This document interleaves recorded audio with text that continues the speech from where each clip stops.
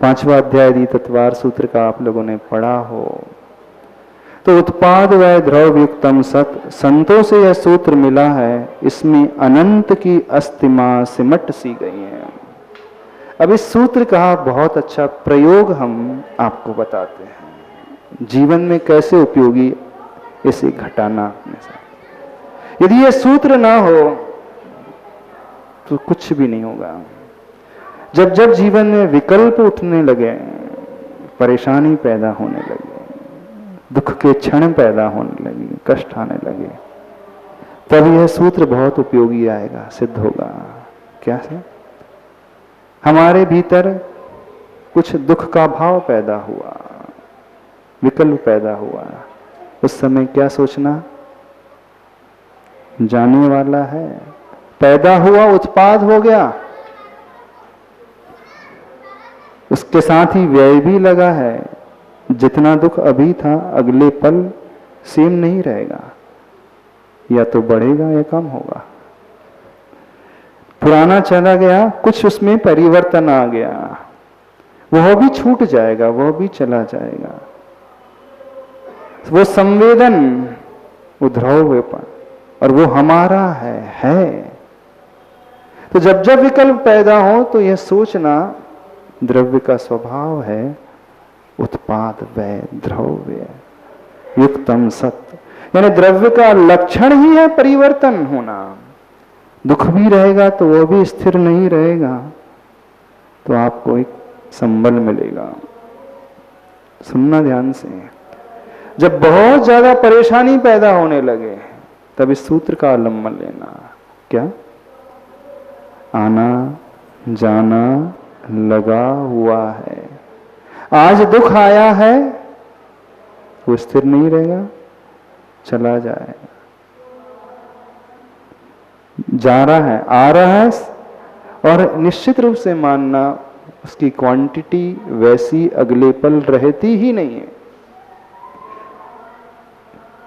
जब वो जाने ही वाला है तो क्यों टेंशन लेना। जब सुख आ रहा है तो अभिमान में फूलना भी नहीं, क्योंकि आना जाना लगा हुआ है। आज इतना सुख है, अगले पल वह कम होता चला जाएगा, छूटता चला जाएगा, जाता चला जाएगा। जब छूटने ही वाला है, हाथ से दूर जाने ही वाला है, तो क्यों अभिमान करना। समझ में आ रहा है विषय? नहीं समझ में आ रहा है? जब दुख आए तो ये सूत्र हमें संबल देगा, विश्वास देगा कि यह दुख भी जाने वाला है। और जब जीवन में बहुत सुख के क्षण आ जाए, सब कुछ अनुकूलता ही से अनुकूलता लगने लगे, ऐसा लगने लगे, भाव पैदा होने लगे कि देखो हमारी जिंदगी में कितनी खुशियां हैं, तो व्यक्ति को अभिमान सा पैदा हो जाता है। तब अभिमान से बचने के लिए ये सूत्र उपयोगी होगा कि ये सुख भी अब जाने वाला है, लेकिन सुख भी चला जाएगा, दुख भी चला जाएगा, लेकिन हम तो रहेंगे। जो है पना है ना, वो अवश्य रहेगा। यानी जो सत्य है, अस्तित्व है, वो कभी नष्ट नहीं होता है। इस कारण दुनिया में सबसे बड़ा आनंद जो होता है, सत चित आनंद, सच्चिदानंद। यानी सबसे बड़ा आनंद होता है सत का, जो चेतना रूप स्वभाव है। सच्चिदानंद इसलिए कहा जाता है, जिसको यह गहरा विश्वास हो जाएगा कि हमारा अस्तित्व कभी समाप्त होने वाला ही नहीं है, हमारी आत्मा कभी नष्ट होने वाली ही नहीं है। तो जीवन में कठिनाई के दौर भी निकल जाएंगे, कोई फर्क नहीं पड़ेगा, और सुख के पल भी उसे बहुत अभिमानी नहीं बनाएंगे, बहुत अक्कड़ नहीं बनाएंगे। यानी हर परिस्थिति में उसे बहुत अच्छा एक रास्ता मिलता रहेगा। समझ में आ रहा है सूत्र? नहीं समझ में आ रहा है? इस सूत्र को अपने जीवन में कैसे घटाना, ये तो सिद्धांत हो गया, द्रव्य का स्वभाव हो गया, लक्षण हो गया। लेकिन इससे हमें क्या मिल रहा है? क्या मिल रहा है आपको? कुछ मिल रहा है? जिनको बहुत विकल्प हो जाते हैं, डिप्रेशन में चले जाते हैं, तनाव से भर जाते हैं, उनके लिए कह रहे हैं जब जब ऐसी परिस्थिति निर्मित हो, क्या घबराना, आना जाना लगा हुआ है, जाने ही वाला है, उत्पाद वै ध्रुव। लेकिन हम नहीं जाने वाले, हमारी आत्मा तो यहीं रहेगी। तो विकल्प से एकदम शांति मिल जाएगी। समझ रहे हो नहीं समझ रहे हो? कठिन तो नहीं लग रहा? तो निर्विकल्प रहने का सबसे बड़ा सूत्र है, सैद्धांतिक सूत्र है, लेकिन जीवन में आनंद देने वाला, हर परिस्थिति में साम्य भाव पैदा करने वाला। अति हर्ष के दिनों में भी साम्य भाव पैदा करेगा और विषाद के दिनों में, खेद के दिनों में भी ये साम्य भाव पैदा करने वाला है, बशर्ते हम इस दृष्टिकोण से इसे देखने की कोशिश करें तो पैदा हो सकता है। अन्यथा आप जैसे जी रहे हो ना विकल्प में, वैसे ही जीते रहोगे। जैसी परेशानी में जी रहे हो वैसे ही भाव अपने साथ पैदा करते रहोगे, उसी प्रकार बना रहेगा। तो ये सूत्र बहुत महत्वपूर्ण है, जीवन को आनंद से भरने वाला। संतों से यह सूत्र मिला है, इसमें अनंत की अस्तिमा सिमट सी गई है। अनंत की अस्तिमा यानी इसकी छवि परछाई नजर आती है। यह वो दर्पण है जिसमें भूत भावित और संभावित सब कुछ झिलमिला रहा है। भूत यानी पास्ट, हमारा अतीत, भावित यानी जो हो रहा है प्रेजेंट, एंड संभावित मतलब जो फ्यूचर में होने वाला है, यानी भूत, वर्तमान और भविष्य तीनों इसमें झिलमिला रहा है। किसमें? यह दर्पण है। कौन सा दर्पण है? उत्पाद वै और द्रव्य युक्तम सत। इस दर्पण में सब कुछ स्पष्ट तैर रहा है, दिखता है आस्था की आंखों से। लेकिन किसे दिखेगा? जिसकी आंखें ये वाली आंखें नहीं, आस्था की आंखें होंगी तो नजर आएगा। देखने से, बोल चाल की भाषा में इस सूत्र का भावानुवाद प्रस्तुत है। आना जाना लगा हुआ है, बोलते हैं ना, आना जाना तो संसार का नियम है, लगा हुआ है। छोटी चीज नहीं बोलते आप लोग, बहुत बड़ी चीज बोलते हो। इस जैन धर्म के रहस्यमय सिद्धांत को बोलते हैं आना जाना लगा हुआ। आचार्य भगवान की विशेषता देखे, इतने बड़े सिद्धांत को कितने सरल शब्दों में आचार्य भगवान ने हम सबके सामने ला करके उपस्थित कर दिया है। बहुत अच्छे से ये परिभाषा समझ में आ जाती है। हर व्यक्ति इस वाक्य का प्रयोग करता है। आना जाना तो लगा हुआ है, क्या विकल्प करना? आना यानी जनन उत्पाद है, जाना यानी मरण व्यय है, और लगा हुआ यानी स्थिर द्रव्य है, और है यानी चित सत, चिर सत, चिरकाल से जो अस्तित्व हमारा एग्जिस्टेंस वो बना हुआ है। यही सत्य है, यही तथ्य है। वास्तविक सत्य यदि कुछ है तो यही एकमात्र सत्य है। इस सत्य को हम पकड़ने की कोशिश करें, इस सत्य को हम समझने की कोशिश करें, इस रहस्य तक प्रवेश कर जाएं तो बहुत कुछ विकल्पों से हम बहुत आसानी से ऊपर उठ सकते हैं।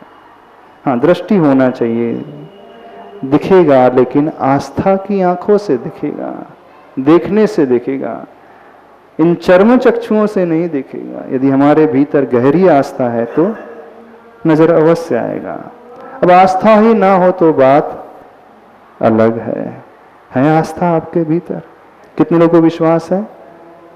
किस पर आना जाना लगा हुआ है? कितने लोगों को विश्वास है? सबको विश्वास है। तब कोई विकल्प तो नहीं होंगे? दुख के क्षणों में विकल्प तो नहीं होंगे? क्यों होंगे विकल्प? अरे जाता हुआ देखो ना उसे, आता हुआ क्यों देख रहे हो? आप उसे स्थिर क्यों मान रहे हो? आना जाना, नदी वही रहती है लेकिन जल आ रहा है और जा रहा है। बहती का नाम ही नदी है, चलती का नाम ही गाड़ी है। वो हमेशा बहती ही रहती है, स्थिर कभी नहीं होती है। लेकिन नदी वही कहलाएगी, गंगा नदी वही रहेगी। जल आ रहा है गंगोत्री से और बह करके जा रहा है। क्यों आप उसको पकड़ करके बैठ जाते हो? क्यों नहीं बहने देते जीवन में वो? जो भी भाव आ रहे हैं उसे बहने दें, जो भी दृश्य उपस्थित हो रहे हैं उसे जाने दें, जो भी संकल्प विकल्प पैदा हो रहे हैं उसे भी बहने देना। क्यों रोक करके रख लेते हो? और जहां हमने रोक लिया वहीं सड़ांध पैदा हो जाएगी। नदी का पानी जहां रुक जाता है ना किसी गड्ढे में, तो गंदा हो जाता है ना, उसमें से दुर्गंध आने लगती है, उसमें जीव जंतु पैदा हो जाते हैं। और वही जल जब बहता रहेगा नदी के रूप में, तो उसमें कोई दुर्गंध पैदा नहीं होगी, न ही जीव जंतु बैक्टीरिया पैदा होंगे, न ही गंदगी पैदा होगी। वह सुगंधी बरकरार रहेगी और वह शीतलता देगा, जल प्यास को बुझाएगा। तो गंदगी पैदा ही तब होती है जब हम उस जल को कहीं रोक देते हैं। हमारे अंदर भी दुख पैदा ही तब होता है जब हम विचारों को पकड़ लेते हैं, बहने नहीं देते। फ्री फ्लो स्टेट में से बहने नहीं देते। क्यों पकड़ करके बैठ जाते? जाने दो ना। विचार आया है चला जाएगा, दुख आया है चला जाएगा, सुख आया वो भी चला जाएगा। कितना आसान है, कहना आसान है। अच्छा, दुख नहीं जाता है तो जब दुख के जो नदी का पानी है धीरे धीरे बहता है और सुख का नदी का पानी है जल्दी जल्दी बहता है, ऐसा है नहीं। समय तो घड़ी के कांटे अपने अनुपात से ही चलते हैं। हाँ, ये हमारा भ्रम है, हमारा अज्ञान है कि हम दुख को पकड़ करके रख लेते हैं। और जो उसे बहने देगा वो कभी दुखी नहीं होगा। बहने दो ना, क्यों पकड़ करके बैठ गया? क्यों गंदगी पैदा कर रहे हो अपने भीतर? क्यों सड़ांध पैदा कर रहे हो अपने भीतर? बहने दो, जाने दो। इस सूत्र को समझो। जो भी हो रहा है होने दो ना, बस तटस्थ होकर के देखो। जैसे इस नदी को हम देखते हैं ना, जल आ रहा है जा रहा है, हम तट पर खड़े होकर के नदी को देखते हैं ना, बस जैसे किनारे पे खड़े होकर के नदी के प्रवाह को हम देखते हैं, ऐसे ही उपाय बता रहे हैं। अपने आप से थोड़ा सा बाहर निकल करके मन में उठने वाले उन भावों को देखें। वो आ रहे हैं, वो जा रहे हैं, हम उससे तो अलग है कि नहीं? मन से हम अलग है ना, हमारी आत्मा अलग है, मन अलग है। तो अपनी आत्मा को आत्मा के रूप में देखें, उसमें उठने वाले भावों को बहते हुए देखें। बहुत सुंदर उपाय बता रहे हैं आचार्य भगवान। नहीं समझ में आ रहा? कैसे देखना है? जैसे नदी के जल को देख रहे हो वैसे अपने आप से अपने को अलग करके अपने भावों को देखें। पॉसिबल है? जैसे दर्पण में अपने प्रतिबिंब को हम देखते हैं ना, नहीं, दृष्टि में ये पॉसिबल है। वास्तविकता में हम अपने आप से अलग नहीं हो सकते, लेकिन धारणा के माध्यम से हम अपने आप को अपने से अलग, अपने मन को आत्मा से अलग देख सकते हैं। यही तो भेद विज्ञान है, यही तो सच्चा ज्ञान है। और क्या है? सुख का रास्ता ही यही है। तो क्या रास्ता है? आते जाते विचारों को देखें। जो भी विचार आ रहे हैं वो भी स्थिर नहीं है। जो भी भाव पैदा हो रहे हैं दुख के चाहे सुख के, वो भी बहने वाले हैं। हर परिस्थिति को बहते हुए देखो ना, क्यों रोक रहे हो जाएगा। कैसा तरीका है?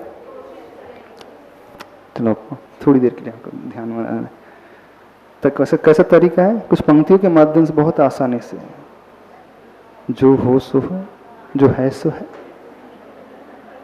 Very simple. जो है सो है, एक्सेप्ट करो। हमारे नकारने से, गर्दन हिलाने से तो परिस्थिति नहीं बदल जाएगी।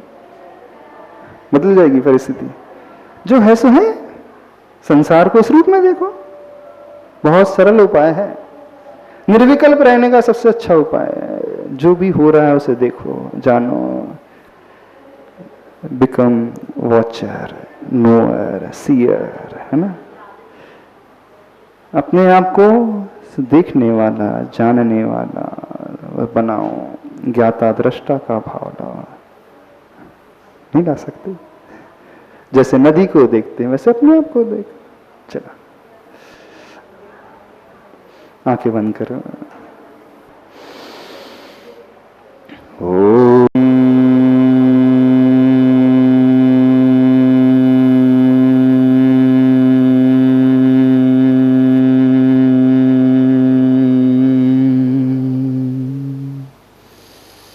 सभी लोग अपने विचारों को पढ़ने की कोशिश करें। मन में उठने वाली उन तरंगों को सिर्फ देखने की कोशिश करें।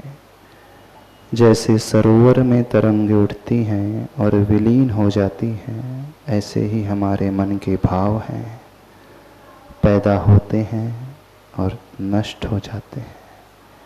हम उन्हें पकड़े नहीं, बहने दें, जाने दें। जो हो रहा है साक्षी भाव से सिर्फ देखें, जाने, तटस्थ रहते हुए।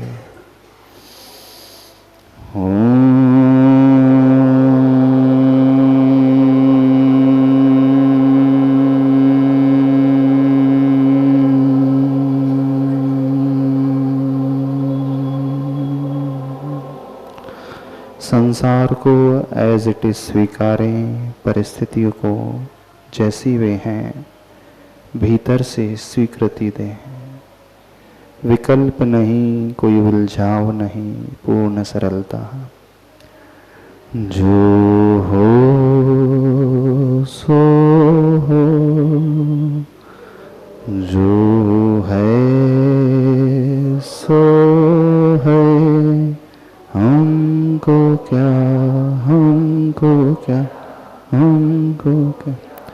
जो हो सो हो, जो है सो है, हमको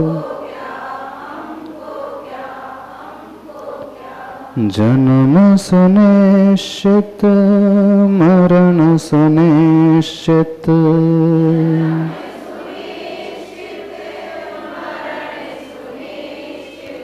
कर्मों का फल मिलना निश्चित।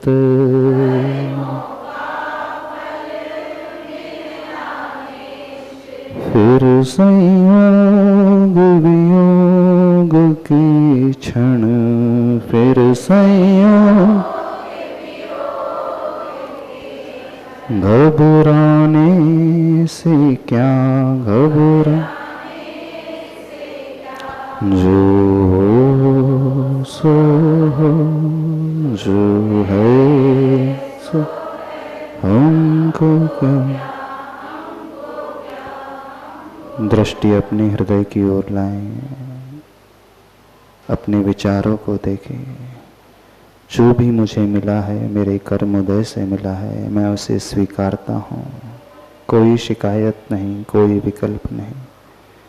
पर तुलना में हंसना रोना,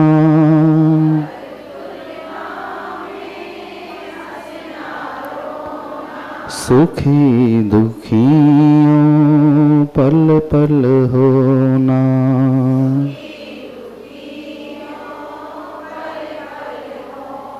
चेतन को इन क्षणिकाओं में आखिर मिलता क्या, आखिर मिल। जो हो सो, जो है हमको क्या। अपने विचारों को देखें, अपनी परिस्थितियों को देखें। मुझे जो भी मिला है कोई विकल्प नहीं। पत्नी दौलत, बेटी भाई,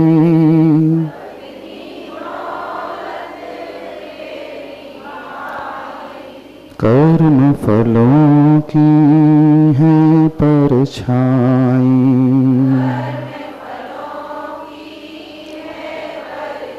परछाई पकड़न को दौड़े,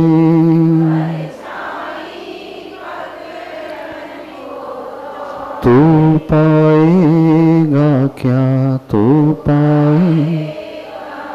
जो हो सो, जो हो सो, हमको क्या। दृष्टि अपनी ओर, गहरी सांस लें, अपने विचारों को देखें। बहने दें, स्थिर नहीं रखें, कोई पकड़न नहीं।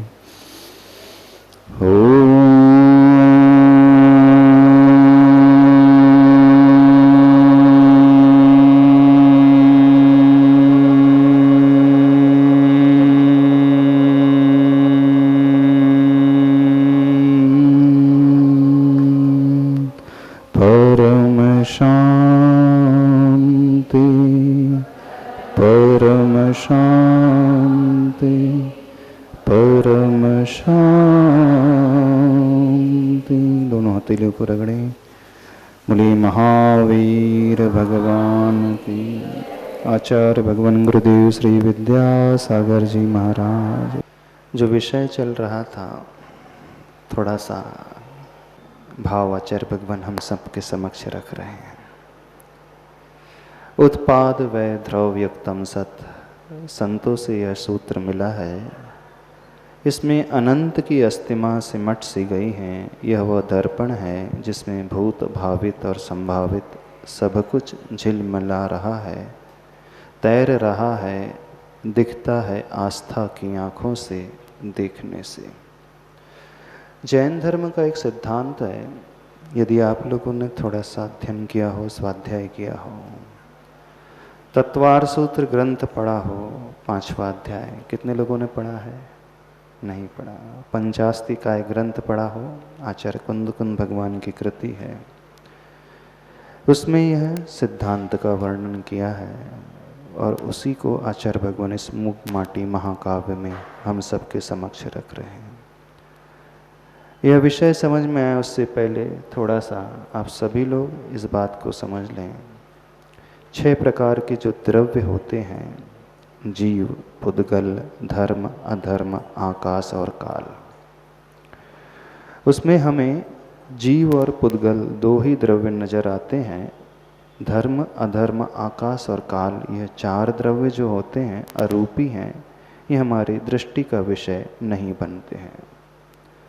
जो हमें इन आँखों से देखने को मिलता है, सारा संसार, ये रंग बिरंगी दुनिया, ये नदी, नाले, पहाड़, वृक्ष आदि, ये पुस्तक आप देख रहे हैं, टीवी आप देख रहे हैं, ये टेबल है, जो भी देखने में आ रहा है मूल रूप से वह पुद्गल द्रव्य है, जड़ है। और एक दूसरा द्रव्य होता है जो जीव द्रव्य है, होता है जो हम एक दूसरे को देखते हैं, वह जीव द्रव्य पुद्गल से मिला हुआ होता है, इस कारण हमें देखने को आता है। वैसे हमारी नज़रों का विषय सिर्फ शरीर होता है, और शरीर जो फिजिकल बॉडी होती है वह भी पुद्गल द्रव्य है, लेकिन इस शरीर को चलाने वाला जो द्रव्य भीतर बैठा है वह जीव कहलाता है। जीव का अर्थ होता है जिसके भीतर कॉन्शियसनेस होती है, चेतना होती है। पुद्गल में कोई चेतना नहीं होती है। रही बात धर्म, अधर्म, आकाश और काल, यह रूपी द्रव्य है। शॉर्ट में यदि ब्रीफ में थोड़ा सा समझना है तो उसके बारे में कह देते हैं। आकाश द्रव्य, जो नीला आकाश हमें दिखलाई देता है, वह नहीं लेना। आकाश का अर्थ होता है स्पेस, जहाँ हम आप सारी दुनिया के जीव, पशु, पक्षी, जड़, पुद्गल सब लोग रहते हैं। यानी जो हमें क्षेत्र, स्पेस प्रोवाइड करता है, अवगाहना देता है, वो आकाश है। और जो हमें ये दुनिया नज़र आ रही है नीले अंबर के रूप में, ये आकाश नहीं है बेसिकली, यह भी एक रिफ्लेक्शन है पुद्गल का। इंद्रनील मणि से बना हुआ सौधर्म, इंद्र का जो विमान है, उसका रिफ्लेक्शन हमें ब्लू कलर के रूप में नज़र आता है। तो आकाश द्रव्य वो होता है जो हमें रहने के लिए स्थान देता है। दूसरा द्रव्य है धर्म द्रव्य, मीडियम ऑफ मोशन, जो हमें चलने में सहायता प्रदान करता है। जैसे रेलवे ट्रैक होता है, लाइन होती है, पटरियाँ होती हैं। पटरियाँ होंगी तो ट्रेन उस पटरी पर चल सकती है, लेकिन पटरी कभी ट्रेन को फोर्स नहीं कर सकती कि तुम चलो। हाँ, यदि ट्रेन में बैठा हुआ जो ड्राइवर है वह इंजन को चलाता है तो ट्रेन चलेगी, अदरवाइज वो नहीं चलेगी। तो जो जैसे पटरी चलने में सपोर्ट पैदा करती हैं, सहायता प्रदान करती हैं, वैसे ही इस संसार में जो लोक होता है, 3 लोक जिसे हम कहते हैं, ऊर्ध्वलोक, मध्यलोक, अधोलोक, उस लोक में रहने वाला एक द्रव्य है जिसे धर्म द्रव्य कहा जाता है, वो हमें गति में सहायता प्रदान करता है। एक दूसरा द्रव्य होता है अधर्म द्रव्य, जिसे कहा जाता है मीडियम ऑफ रेस्ट, यानी जो हमें रुकने में सहायता प्रदान करे, सो वह अधर्म द्रव्य होता है। यहाँ अधर्म से पाप रूप नहीं लेना, और धर्म से जो अपन धर्म समझते हैं पुण्य आदि, वह नहीं लेना। अधर्म मीन्स एक स्थान, यानी रुकने में जो सहायक हो, मीडियम ऑफ रेस्ट। जैसे आप चल रहे हैं धूप में और आपको वृक्ष दिख जाता है, तो वो छायादार वृक्ष देख करके भाव हो जाते हैं, अब हमें रुक जाना चाहिए, थोड़ा सा विश्राम ले लेना चाहिए, रेस्ट ले लेना चाहिए। तो जैसे छाया इस यात्री के लिए, पथिक के लिए एक मीडियम साबित होता है, ऐसे ही संसार में, लोक में एक द्रव्य है जिसका नाम अधर्म द्रव्य है। तो जो रुकना चाहता है उसको वह रुकने के लिए सपोर्ट प्रदान करता है। साइंस इसे कहता है ईथर के रूप में स्वीकारता है। और एक द्रव्य होता है काल द्रव्य, टाइम जिसे कहते हैं। काल द्रव्य जो है हमारे लिए परिवर्तन में सहायक होता है। जितने भी द्रव्य हैं उसमें जो परिणमन हो रहा है, कल हम छोटे थे, 10 साल पूर्व हम छोटे थे, आज हम बढ़ गए, तो उसमें सपोर्ट कौन दे रहा है? काल द्रव्य। जैसे वो कुंभकार का चाक होता है, कील के ऊपर वह चाक घूमता है ना। इस मूक माटी मुकाबले में अपन ने देखा, वह शिल्पी जो है, वो कुंभकार है जो घड़ा बनाता है, किस पर घड़ा बनाता है? वो कुम्हार चाक के ऊपर। लेकिन चाक किस पर घूम रहा है? वो कील के ऊपर, धुरी के ऊपर। तो कील उस चाक को जबरदस्ती घुमाता नहीं है, यदि कुंभकार चाहे तो वो घूमता है। तो कील जैसे माध्यम होता है उसको परिणमन कराने में, घुमाने में, ऐसे ही काल द्रव्य एक मीडियम होता है जो परिणमन कराता है। आकाश थोड़ी सी उसका वॉल्यूम, ऊपर का वॉल्यूम कम करा देना थोड़ा सा। तो ये चारों द्रव्य जो होते हैं लोक में होते अवश्य हैं, लेकिन ये एक प्रकार से अरूपी हैं, दिखलाई नहीं देते। अब एक द्रव्य है जो पुद्गल द्रव्य है। पुद्गल का मतलब मैटर जिसे कहा जाता है। तो मैटर की क्वालिटी क्या होती है? इसके भीतर स्पर्श होता है, रस होता है, गंध होती है, वर्ण होती है। और एक जीव द्रव्य है जिसके भीतर चेतना होती है, जो जानता और देखता है, ज्ञान और दर्शन जिसका लक्षण होता है। तो ये 2 द्रव्य, यानी पुद्गल द्रव्य और जीव द्रव्य, चूंकि शरीर से मिला हुआ है, कर्म से बंधा हुआ है, इस कारण हमें देखने में आता है। वैसे शुद्ध जीव द्रव्य भी अरूपी है, जैसे सिद्ध परमेष्ठी, सिद्ध भगवान। तो ये द्रव्य जो होते हैं 6 होते हैं। तो आचार्य भगवान यहाँ पर उनका वर्णन कर रहे हैं।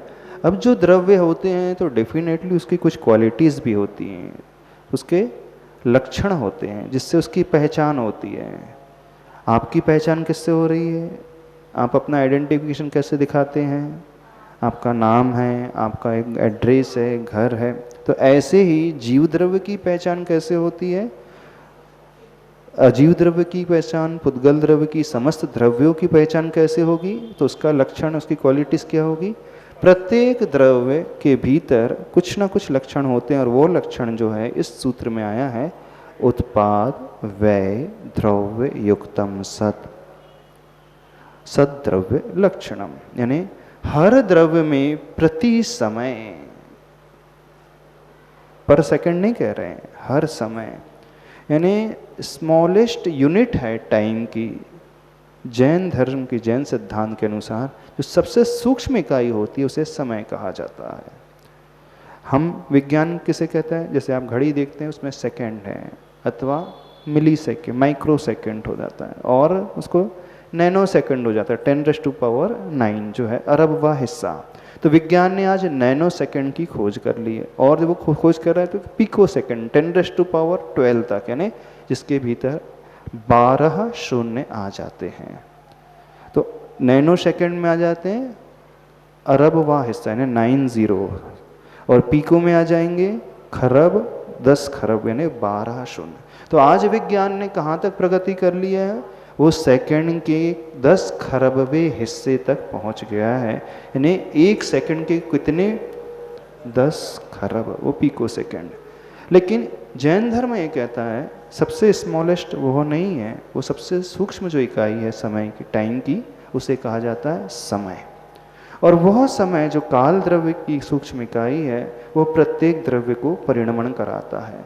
तो जैसे पुद्गल द्रव्य है, मान लीजिए आपने आम कैरी लेकर के आए, कैरी हरी रहती है, 3 दिन तक आपके घर में रखी रही, फिर क्या हो जाता है, कैरी हरी से वो धीरे धीरे पीली हो गई। कैसे पीली हो गई? क्या पीला हुआ? उसके भीतर जो रंग था, स्पर्श रस गंध और वर्ण था, वह वर्ण उसका पीला, जो पहले हरा था, पीले के रूप में चेंज हो गया। यानी हरापन उसमें से चला गया और पीलापन उस आम में आ गया। तो हरापन जाने का अर्थ हो गया व्यय और पीलापन आने का अर्थ हो गया उत्पाद। लेकिन दोनों ही अवस्था में, चाहे वो हरा हो अथवा पीला हो, उसमें आम पना तो मौजूद था, वो द्रव्य गुण हो गया जो पीले और हरे को जोड़ करके रख रहा है। और पूरा समग्र जो हो गया है, उत्पाद वाला, व्यय वाला, द्रव्य वाला, तीनों मिलकर के कहा जाएगा द्रव्य। सत, उत्पाद व्यय द्रव्य युक्तम सत। तो यानी आम पहले भी था कैरी की अवस्था में, जब आम पक गया उस समय भी था, तो वो जो आम का बना रहना वो क्या कहलाएगा? सत। तो क्या घटा उसमें? हरापन नष्ट हुआ, क्या पैदा हुआ? पीलापन पैदा हो गया। और दोनों को जोड़ने वाली जो चेन थी, मीडियम था, वो आम पनाने द्रव्य, और तीनों मिलकर के वो बन गया सत पुद्गल द्रव्य। ऐसे ही जीव हुई है। जब आप पैदा हुए थे उस समय कितने बड़े थे? 8 इंच, 10 इंच, 12 इंच से ज़्यादा बच्चा नहीं होता, 1 फीट से ज़्यादा नहीं होता। लेकिन धीरे धीरे वो बच्चा बड़ा हो जाता है। जब 1 साल का हो गया तो उसकी हाइट 1.5 फीट, 2 फीट, 2 साल का, 5 साल का हो गया तो वो और बड़ा हो गया। तो जो पहले छोटा था वह अवस्था चली गई, अब उसकी हाइट बढ़ गई, नई अवस्था आ गई। नई अवस्था आने का नाम हो गया उत्पाद।